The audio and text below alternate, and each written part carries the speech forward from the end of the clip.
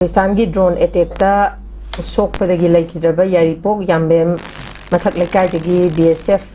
constable chingangkham Deepak si matang dani sina kuigi India na terrorist singi mathak ta chathaba operation sindur na Meitei Macha ama Yaona Lalmi Manga sire hairiuja sida CRPF ki commandant N Ranbir na luchingba personnel sing na Manipur Dagi mahiroi taruk Yaona mahiroi kuntraga mapan Kashmir gi Baramulla dagi puthorakre ceasefire yanaba leirabasu Pakistan thugairappadagi Prime Minister Narendra Modi na New Delhi da leiba mahaki yumda Defense External Affairs Ministers amasung Service ahungi makok thongba official singa mifam pangthoktuna kanakre hari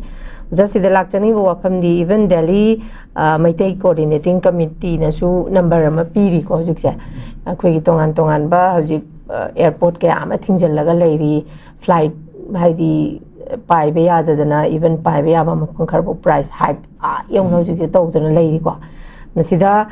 kanagum kharana sung haidei hainari akhoi as a citizen of India gi citizen ama oina kari damakta akhoi na chen ga dori bano akhoi lantheng nagadamni haiba kanagum kharasu dum hairiba khoi even social media da dum thengna jai masidasu hairiba khoi gi Kashmir gi Baramulla dagi satra khoi gi Meitei gi taruk yauna mahiroi kuntraga mapan puthorakre kai yam nungai tabana khoi gi ngasai gi Deepak Leikhidrde basimsu documentic nungai te haidi even khalubada magi service to service oire Meitei Macha moina Meitei gi kuki amadi Meitei gi conflict sigi waroshin ma purakpase ma India gi haidi governments khoi employee mo oina haidi thabak tawjaraga su khoi Manipur gi loisindriba sigi su dumak nungaitaba amadum phawramgani ba dumakpu Manipur gi loisindaba sigumba ma India lenga na inthok piraga leiri ngai maraksida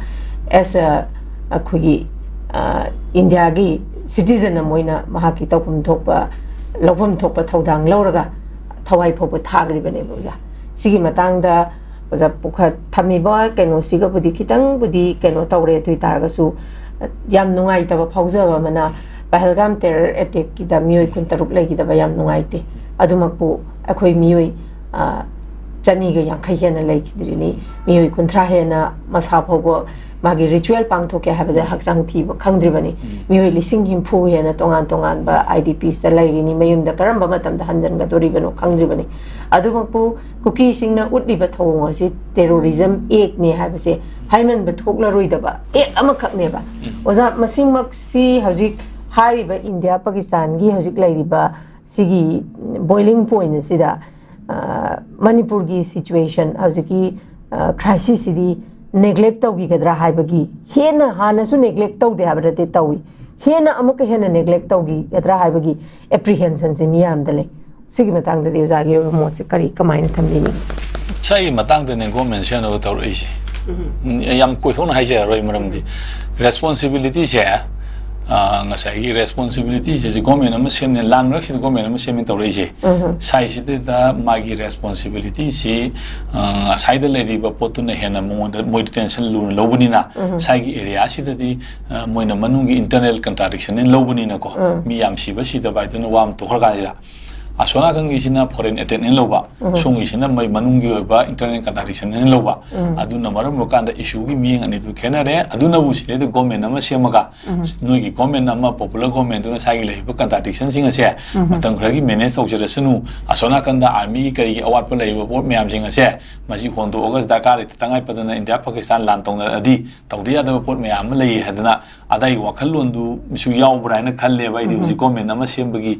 ji wari sanara da si kuki MLA singna punjanaraga CSO singa cancel lawduri koturi gaina khanari bo wasi bo ba speculation ni ko oram dum su yai ko sai mioi ba bi ko ma singna ba bi mak to dum paking singna bhai tare ne ko aduna potu adai gi area adu bok yaubra haidna id khali aduna leri bagi responsibility se karin hai ba kan noi khara irang khara pia thame matam khara sis pia tawnare si makha tab noi kapna ke hana ke noi thopang ngam na ta horon ko men na isala maga noi government na noi government to jabane dai to inthomaga asona kanda tangai patana lantheng ta ya da posi wena tawrani haibagi potu deida adugi vision masam hu yaubra haina aidi singne buko hoji government sembagi ama sem dore guide haina re buko ngangna re ise ko aidi khan bu hoji tabu khalak bu wakhan ne buko aidi madugi irang madugi wakhalun maset yauraga tawbra adu yauro tawro boidi sem gi roi ne buko maram di aniyaw moina tawge dingam bani na ko aduna sigi pot me am sing sibuk lei maram masina issue ani si am nungai te lan ngak ta ngai ba situation ma theng nei angang ama sidai da leri si ma yam prime time sei kun mga kata ngari ba ngang ni ko misa gum bani wari bo ko ma leba ki da mak tene adu ne da ne ma kayam consciousness oina katli bano katri bano wari bo ko thau bang to da si bani na tra ma gi di man sangi ba si bai du mayung gi le ta lari gi tolo phang chang mu suwarum bi ai ama tarum bi ai ko adu ma gi le di ba generation lakada ba mai nu pi ngang le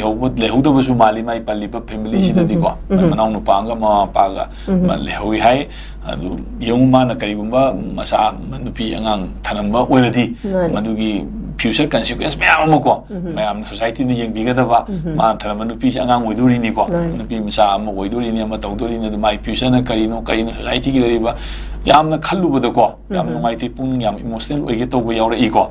sumba put mayam sing je thok ta ba su oisanu ai hai si ma khak ti wa na te aduna su ma mayam puna mak se masina khoi da karino por ka do shanti hai ba ing tap tang nei ta ba possible india gi hoi narendra modi de som do be ai misa som do be madu thengna ra ka taw wa shi do myam sing do moi family sing no kai khan ga de kamai to de ko ka de si aru ahan ba de si hoji taliban america da taliban na muthatori ne na America gi trillion shop paisa thadare ko sahi kunne na debate thole America manung na Taliban da paisa thadara trillion cho America paisa manga laga hoi isai su myam hatu oga America government to duji kai no ha Joe Biden la ko di hando khre da ko same thing Vietnam war da su adu manga ya ko mi gi nationalism amadu noi myam sang na udhaire nai khaire hatu adu ga ai khoi gi isa maman yang graba American citizen do Vietnam gi ada pupa phum marak ta jungle da leiba du ko thengna ra ka mathoi mangal le ad masi compensation kai no na natro moi ada matam du da khoi gi itihas da khoi na paratam ba da mi gi ada rele satna khotna tawdana America na Vietnam de hando kri jibu ko sumai tawdana si gi por myam si kari bu tawna dana sumai tawna mi gi way of life ama da ina intervene to kai do no ma nu ai jaba ma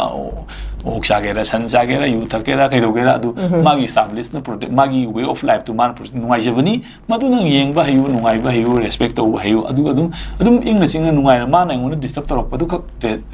torok na haira ngang na loi le na ko man su respect to bum sangi ai no respect to bum sangi ibani consciousness ama lak no bum sangi sumaina koi mi bu se adum ne mina loi re pitribi si bu koi amatu oin ubung am de lnm na kumthara ga lantara de khoi gi le bang da khang thengna ya ga tra ne pitribi mi bu ji puna thengna dong na tra ne adu sidai de le ba pot myam sing se human haiba kano si da koi punna hengmina si nungai mina si pitribi da zat bijat dharma gi kari gi le ba mai kano masina maram ra kana masi gi idea sina masimu aina wajaba se ko masina maram ra ga khoi taibang gi thawai mangan ba se masimu wajaba si mu ai masi yam wai sum nai gi struggle taw ba dai gi hingna wana ba da